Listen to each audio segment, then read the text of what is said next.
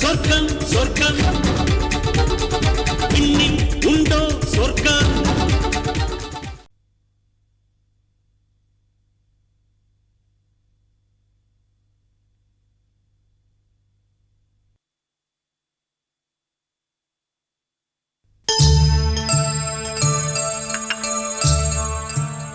மரியா வரதுக்கு லேட்டாமா ரோசியம்மா? நான் வந்திருக்கிறத ஃபோன் பண்ணி சொல்லாமா? பாப்பா லேட்டா வருது எதுவும் சொல்லலையே. இன்னொரு 10 நிமிஷம் பாப்போம், வரலன்னா ஃபோன் பண்ணிடலாம். இதோ பாப்பாவே வந்துருச்சே.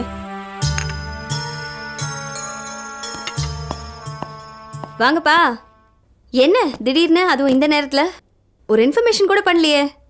ஏம்மா, நான் வர்றதை நீ எதிர்பார்க்கலைனாலும் வந்திருக்கிற காரணம் என்னன்னு தெரியுமல்ல? நாளைக்கு என்னம்மா தேதி, மறந்துட்டியா? எப்படிப்பா மறக்க முடியும்? எங்க அம்மா என்னை விட்டு பிரிஞ்ச நாள். அதுக்காகத்தாம்மா வந்தேன். நாளைக்கு உன்னை அழைச்சிட்டு உங்க அம்மா கல்லறைக்கு போகணும். நீயா வருவேன் அங்கேன்னு தவிக்கிறத விட நேரில் வந்து உன்னை கூட்டிட்டு போலாம் வந்தேம்மா. உன் கையாலேயே வருஷா வருஷம் செய்கிற மாதிரி அம்மா கல்லறையை பெருக்கி சுத்தப்படுத்தி மெழுகுவத்தி ஏற்றி பிரார்த்தனை பண்ணிட்டு வந்துட்டா உங்க அம்மாவோட ஆத்மா ரொம்ப சந்தோஷப்படுமா? நிச்சயமாப்பா. நான் எப்பவும் என்ன நினைப்பேன்னு தான் உங்களுக்கு தெரியுமே. எல்லாரும் சர்ச்சுக்கு போய் ஃபாதருக்கு முன்னாடி மண்டி போட்டு பாவ மன்னிப்பு கேட்பாங்க. நான் வருஷம் வருஷம் அம்மாவோட நினைவு நாள் அன்னைக்கு அவங்களோட கல்லறைக்கு போய் மண்டி போட்டு பாவ மன்னிப்பு கேட்பேன். அப்படி கேட்டாதான்ப்பா எனக்கு இன்னும் நிம்மதியா, அந்த வருஷம் முழுக்க நிம்மதியா இருக்க மாதிரி தோணும். நிஜமா சொல்லணும்னா அந்த நிம்மதி வேற எதுலையுமே கிடைக்காது. ஸோ அதான் நாளைக்கு நான் கல்லறைக்கு போகணுன்னு ஆஃபீஸ்ல சொல்லிட்டு வரேன். வந்து பார்த்தா நீங்க வீட்டில் உட்காந்துட்டு இருக்கீங்க. ஓகே, நாளைக்கு நம்ம 3 பேரும் போயிட்டு வந்துடலாம்ப்பா. நம்ம கார்லேயே போகலாம். மேடம். அப்புறம் எஸ், இன்ஸ்பெக்டர் தமிழ்மணின்னு ஒருத்தர் வந்திருக்காரு. இன்ஸ்பெக்டர் தமிழ்மணியா? கேள்விப்படாத பேரா இருக்கே. எந்த ஸ்டேஷன்? தெரியல மேடம். நீங்க வர சொல்லுங்க. Okay madam. ரோசிமா, எனக்கு பசிக்குதே. என்ன டின்னர் பண்ணி வச்சிருக்கீங்க? மாவு இருக்கு, தோசை ஊத்தட்டுமா? நீங்க போய் ரெடி பண்ணுங்க, நான் பேசிட்டு வரேன். சரிம்மா.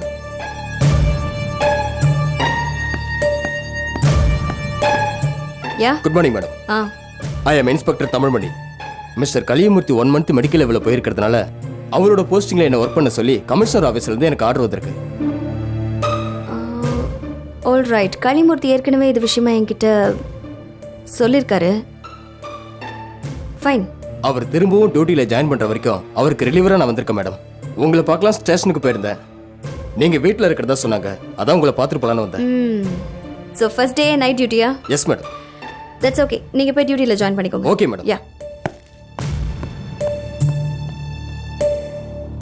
என்னம்மா, கலியமூர்த்தி திடீர்னு லீவ் போட்டிருக்கான்? தெரியலையேப்பா.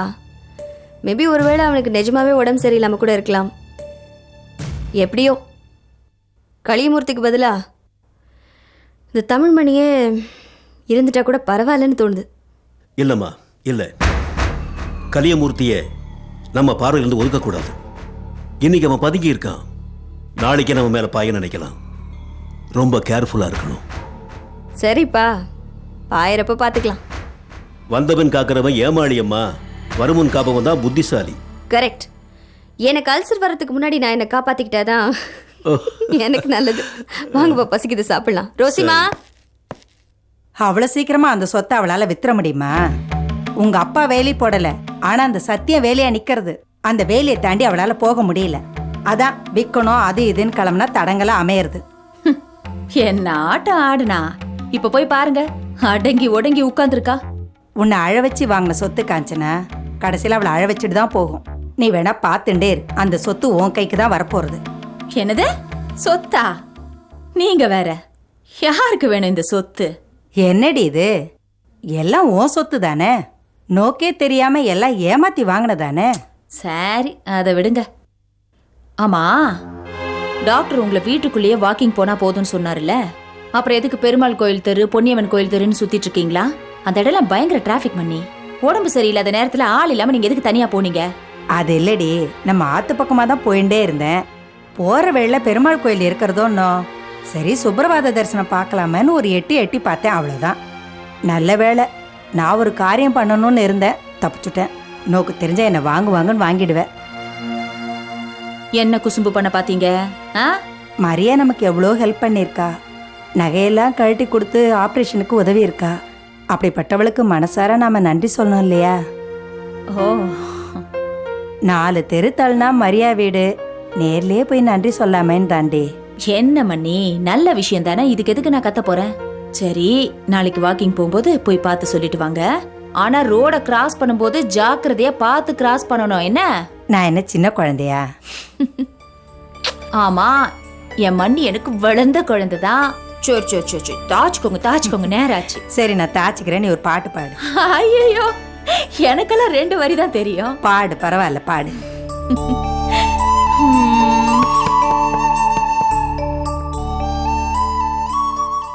அத்தை மடி மெத்தையடி ஆடி விளையாடம்மா, ஆடும் வரை ஆடிவிட்டு அள்ளி விழி மூடம்மா, அத்தை மடி மெத்தையடி.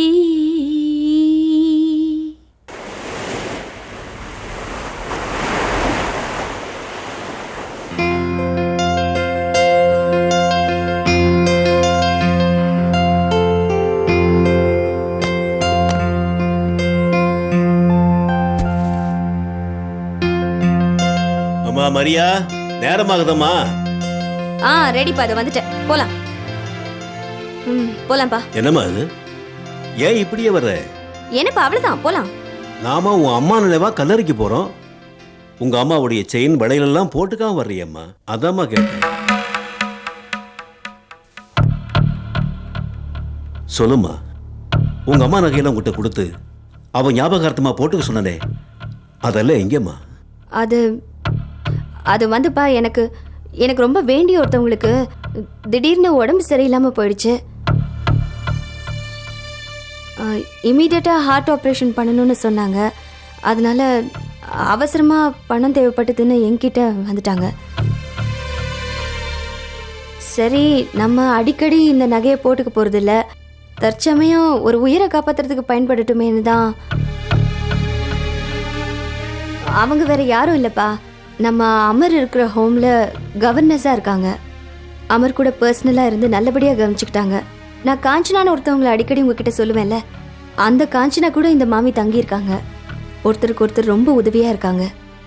திடீர்னு பார்த்து அவங்களுக்கு உடம்பு சரியில்லாமல் போயிடுச்சு.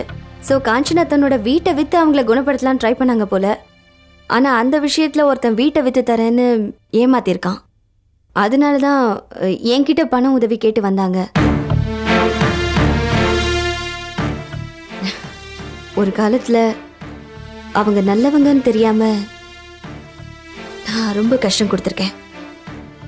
அதான் சரி, இப்போவாவது நம்ம உதவி பண்ணலாமேன்னு நினைச்சேன்.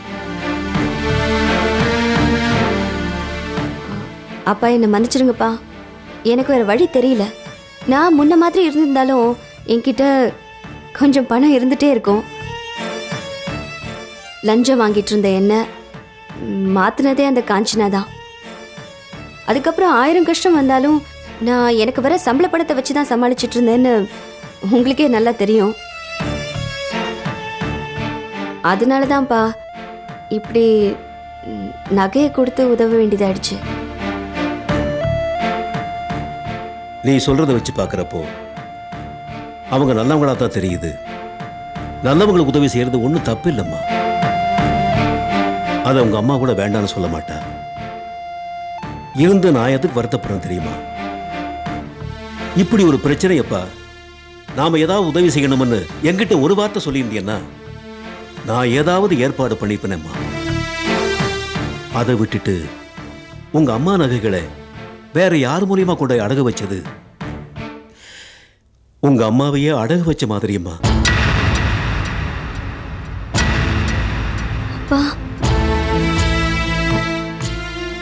அதாம்மா மனசு சங்கடமா இருக்கு.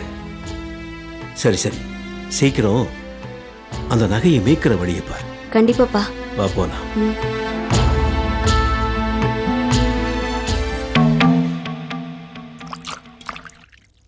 அம்மா சாப்பிட்டியா? இல்லப்பா, இந்த பாத்திரத்தை கழுவி வச்சுட்டு அப்புறமா சாப்பிட்டுக்கலாம் தான். எப்போ சாப்பிட்டு நீ எப்போ மாத்திரை போட போற? பிபிக்கு கரெக்டா மாத்திரை சாப்பிடணும் டாக்டர் சொல்லியிருக்காருல்ல. சரிப்பா, நீ கிளம்பிட்டியா? ம். பத்திரமா போயிட்டு வா. அப்புறம் போகும்போது அந்த பிளம்பரை கொஞ்சம் வர சொல்ல. தண்ணி வர மாட்டேங்குதுடா, ஒரே கஷ்டமா இருக்கு. நேத்தே சொன்னேன் வந்து பார்க்கலையா வேணும்? சரி நான் போகும்போது சொல்லிட்டு போறேம்மா. சரிப்பா. அப்புறம் நேற்று அண்ணன் வீட்டுக்கு போயிருந்தேன். அங்கே ஏதோ பெரிய பிரச்சனை போல இருக்கே. நீங்க கூட வந்துட்டு போனதா சொன்னாங்க. ஆமாப்பா, சொன்னா நீ வருத்தப்படுவேன்னு தான் நான் சொல்லல. நாம வருத்தப்பட்டு என்னம்மா பிரயோஜனம்? அவங்க 2 பேரும் நந்தினி பத்தி கவலைப்பட்டிருந்தா இப்படிலாம் சண்டை போட்டுருப்பாங்களாமா? அண்ணனோட சுபாவமே அப்படிதான். அண்ணியா இருக்கிறதுனால அவங்க பொறுத்துட்டு போயிட்டு இருக்காங்க. அம்மா நீங்க என்ன பண்றீங்க? நீங்க அங்க போய் அவங்க 2 பேரும் சமாதானப்படுத்தி வச்சீங்கன்னா நல்லா இருக்குமா? எனக்கும் அதான்டா மனசுக்கு சங்கடமா இருக்கு. அங்க என்ன நடக்க போகுதுன்னு பயமா இருக்கு. சரிப்பா, நான் வேலையை முடிச்சுட்டு போய் பார்த்துட்டு வந்துடுறேன். அம்மா அண்ணன் வீட்டில் பிரச்சனைன்னு இங்கே யாருக்கும் தெரிய வேணாம். ஏன்னா நம்ம கௌரவத்தை நாம தான் காப்பாற்றிக்கணும். சரிப்பா, நான் வேற ஏதாவது சொல்லிட்டு போயிட்டு வந்துடுறேன். சரிம்மா நான் வரேன். ம்.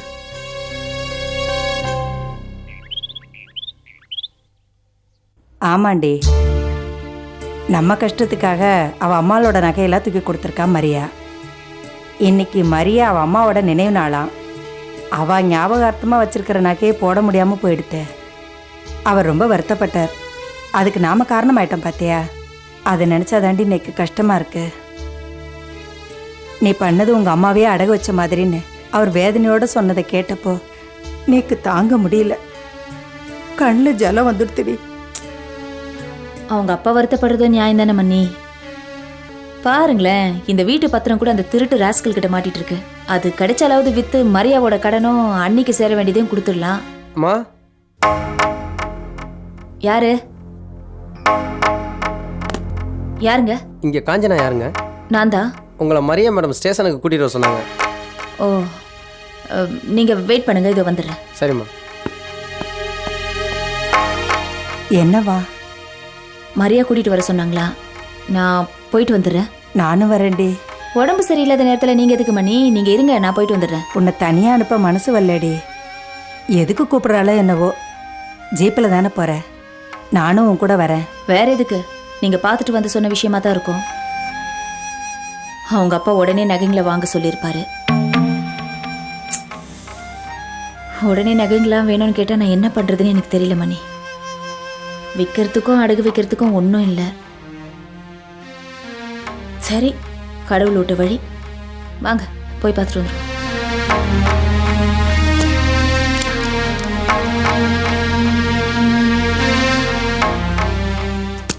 அப்படியா?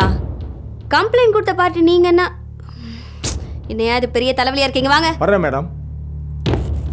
ஏன் சார் கவுண்டர் பார்ட்டியை கூட்டு வர சொன்னா கம்ப்ளைண்ட் பார்ட்டியை கூட்டு வந்து நிக்க வச்சிருக்கீங்க? அவங்க எங்க தேடி பிடிச்சு கூட்டிட்டு வாங்க போங்க. யோ 201 கொஞ்சம் சீக்கிரம் வாயா. கவுண்டர் பார்ட்டியை கூட்டு வராம கம்ப்ளைண்ட் கொடுத்த பார்ட்டியை கூட்டு வந்திருக்க. சீக்கிரமா கூட்டிட்டு வாயா, போங்கயா.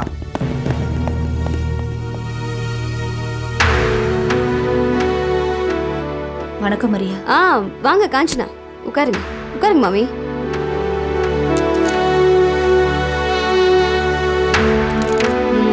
ஏன் மாமி, உடம்பு சரியில்லாம உங்களை யார் இப்படி ஸ்டேஷனுக்குலாம் அலைய சொன்னது? என்ன காஞ்சனா, நான் உங்களை மட்டும் தானே வர சொல்லி ஆள் அனுப்புனேன். இல்ல மரியா, நான் வேண்டான்னு தான் சொன்னேன். ஆனா மன்னி தான் உங்களை பார்த்து உங்ககிட்ட நன்றி சொல்லணும்னு வந்தாங்க. ஆமாம் மரியா, உங்களை பார்க்கறதுக்காக நேற்று உங்கள் ஆத்துக்கு வந்தேன். அப்படியா? எனக்கு தெரியாதே. அம்மாவோட நகைகளை பற்றி அப்பா உங்களாண்ட பேசின்னு இருந்ததை நான் கேட்டேன். மரியா, உங்களுக்கு ரொம்ப பெரிய மனசுமா. அம்மாவோட நகைகள் கூட பார்க்காம ஆபத்துக்கு உதவினேல. என்னை விட வயசுல சின்னவளா இருக்கே, இல்லைன்னா உங்க காலில் விழுந்து மன்னிப்பு கேட்டுருவேன். ஐயோ மாமி, என்ன என்ன வார்த்தை பேசிட்டு இருக்கீங்க? இதெல்லாம் ஒரு பெரிய விஷயமே இல்ல, விடுங்க. எப்படியாவது உங்க அம்மாவோட நகைகளை சீக்கிரமா நாங்க திருப்பி கொடுத்துருவோம் மரியா. ஐயோ மாமி, அப்பா என்கிட்ட சாதாரணமா தான் பேசிட்டு இருந்தாங்க. ஆக்சுவலா நான் காஞ்சனாவை அதுக்காக வர சொல்லல. காஞ்சனா கிருஷ்ணகிரி கிட்டப்பாவை பிடிச்சாச்சு. அப்படியா? சொல்றா, உண்மையை சொல்றா. ஏய், ஆரம்பத்துல இருந்து இதையே சொல்லிக்கிட்டு இருக்க.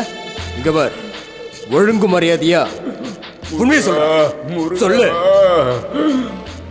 உனக்குள்ள முருகழி எனக்குள்ள பொறுமையை கட்டிக்கிறதுக்க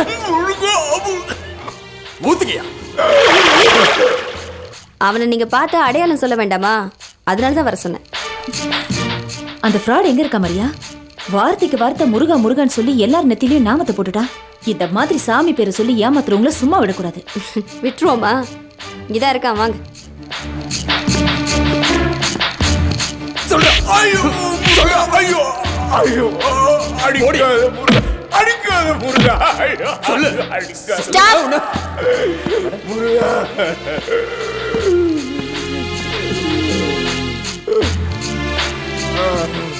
இந்தாளா? பத்தியா, இப்போ முருகா முருகா முருகான்னு தான். என்ன இன்னும் எதுவும் சொன்ன பாடல போல் இருக்கு? இல்லைங்க மேடம், எவ்வளோ அடிச்சாலும் உண்மையை சொல்ல மாட்டேங்கிறா மேடம். பக்கா கிரிமினலா இருப்பான் போல இருக்கு. சரி, அப்போ இது சரிப்பட்டு வராது. எங்க முருகா? ஐயோ, இந்த அடி அடிச்சிருக்கீங்களே, இதுக்கு மேல அடிச்சா ஒண்ணுமே தேராதே. ஐயோ, பேசாம உண்மையை சொல்லிட வேண்டியதானே? முருகா, திரும்ப திரும்ப முருகா. இந்த ஆள் அடங்க மாட்டான். நீங்க ஒண்ணு பண்ணுங்க, பேசாம உடம்புல இருக்கிற எலும்பெல்லாம் எடுத்து அப்படி காமிச்சிட்டு திரும்ப இருக்கிற இடத்துல வச்சிருங்க. அப்பதான் அடங்குவான். போட்டு தள்ளுங்க, 2 போட்டாதான் அடங்குவான். யோ யோ, இருக்கும்போது போனதுக்கு அப்புறம் அடி. கண்டினியூ. சொல்ல மாட்டேங்க.